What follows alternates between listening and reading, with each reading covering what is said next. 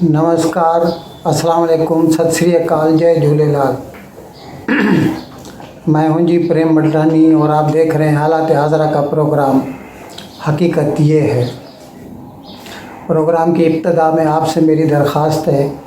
कि जिस किसी साहब ने अब तक हमारे इस चैनल को सब्सक्राइब नहीं किया, अज़राए करम जल्द से जल्द इसको सब्सक्राइब कर दें।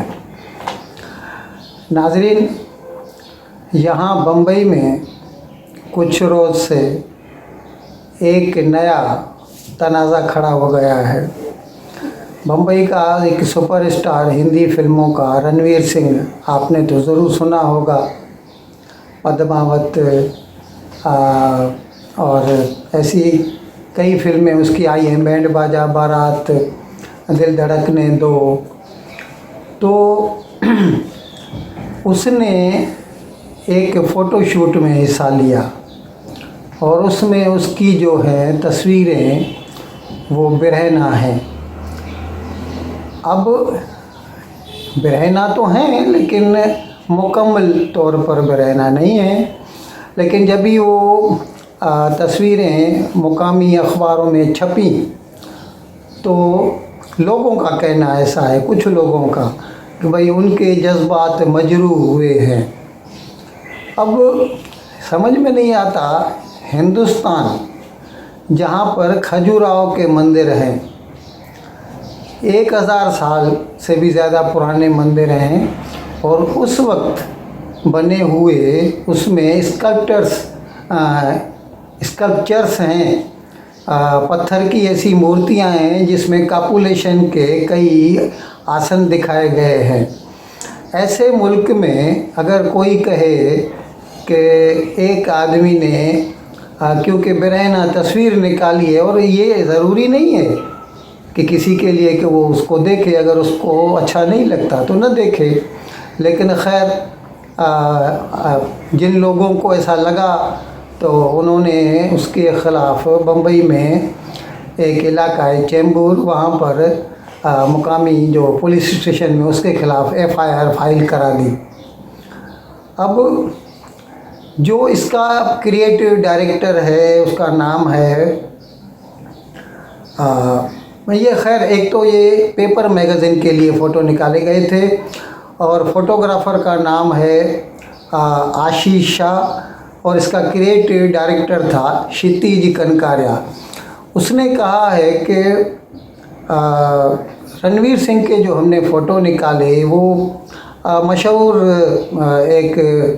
बुत है माइकल एंजेलो का, आपने देखा होगा, पूरी दुनिया में मशहूर है, हर कोई उसको देखता है। वो तो कंप्लीट बेरहना है, मुकम्मल। उसको ध्यान में रखते हुए और बर्ट रेनॉल्ड्स के भी ऐसे कुछ पहले फ़ोटोज़ आए थे, तो उनको एक किस्म की खराज तहसीन पेश करते हुए रणवीर सिंह ने ऐसे फ़ोटो निकाले हैं और लोगों को, कई लोगों को तो पसंद भी आए हैं। लेकिन अब क्या कर सकते हैं, कुछ लोग, कुछ तो ऐसे भी कहते हैं कि ये ऐसे लोग होते हैं जो मशहूरी के भूखे होते हैं, तो फिर वो ऐसे सुपरस्टार के पीछे कोई ना कोई केस लगा देते हैं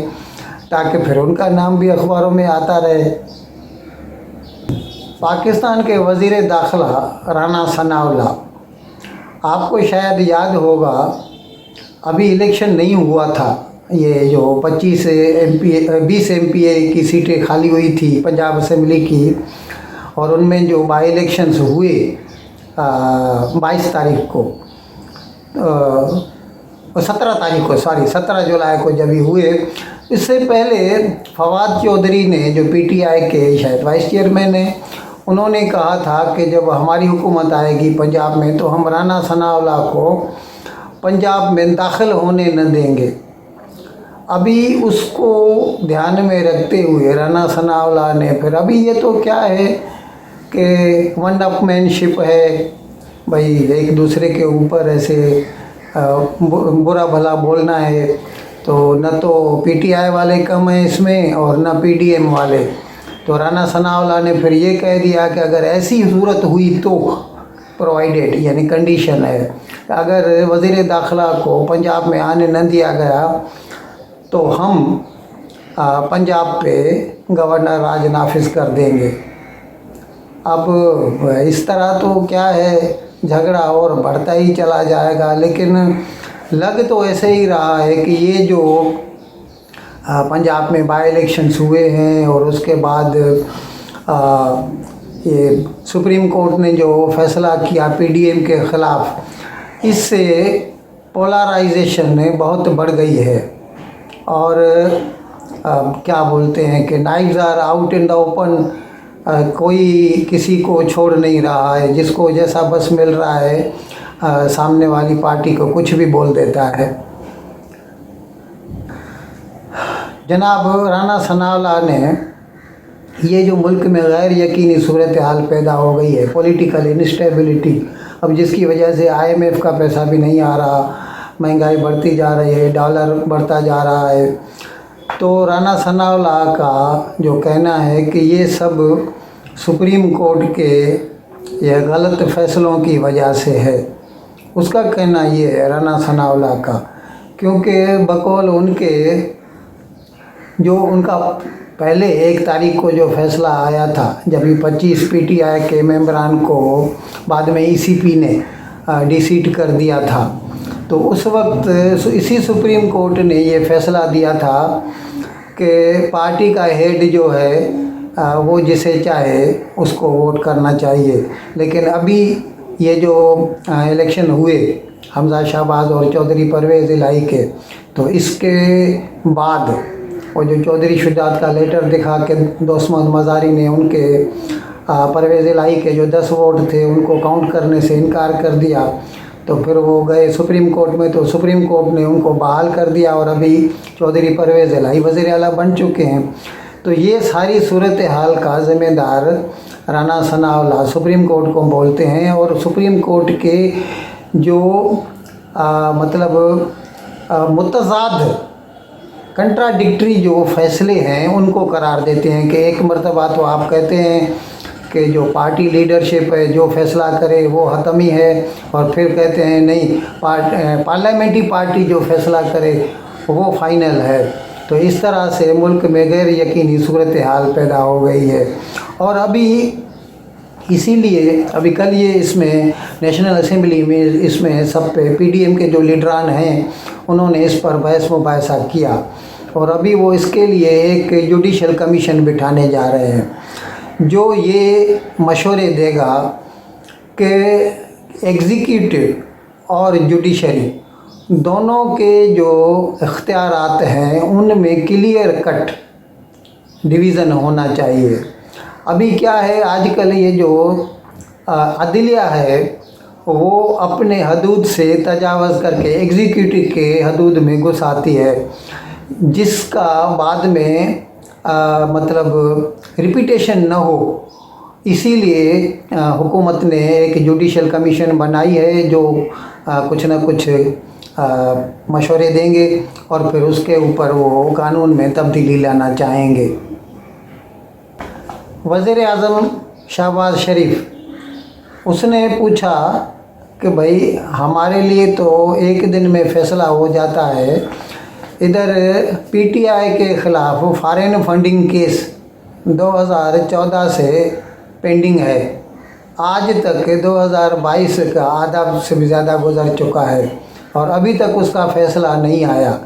ये उनके कहने का मतलब है कि ये पार्शलिटी है कोर्ट की, इसीलिए जो है फिर बैड ब्लड पैदा होता है सियासी पार्टियों में, और ऐसा महसूस होता है कि अदलिया या इस्टेब्लिशमेंट जो है उसका Imran Khan blue eyed boy है, उसका लाडला है, वो जो भी बोलता है उसकी मानी जाती है, और अगर कोई भी गलती भी कर देता है तो उसको माफ़ कर दिया जाता है। बिलावल भुट्टो ने असेंबली में बोलते हुए साबिक चीफ जस्टिस इफ्तिखार चौधरी पर इल्ज़ाम लगाया कि उसने पार्लियामेंट के ख़िलाफ़ कई फ़ैसले किए, वो तो यहाँ तक बढ़ गया कि आलू और समासे के भाव सुप्रीम कोर्ट मुकर्रर करने लगी थी। ये काम थोड़ी है सुप्रीम कोर्ट का जो कि भाई वो जैसे कंज्यूमर कोर्ट हो जाती है वो।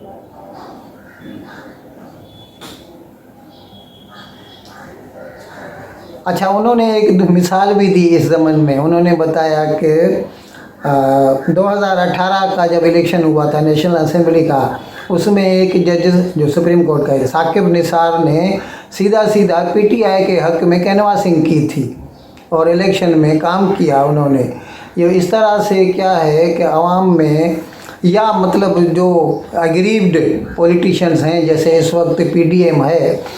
उनमें एक सेंस ऑफ निगलेक्ट, एहसास महरूमी पैदा होता है कि भाई हमारे साथ ये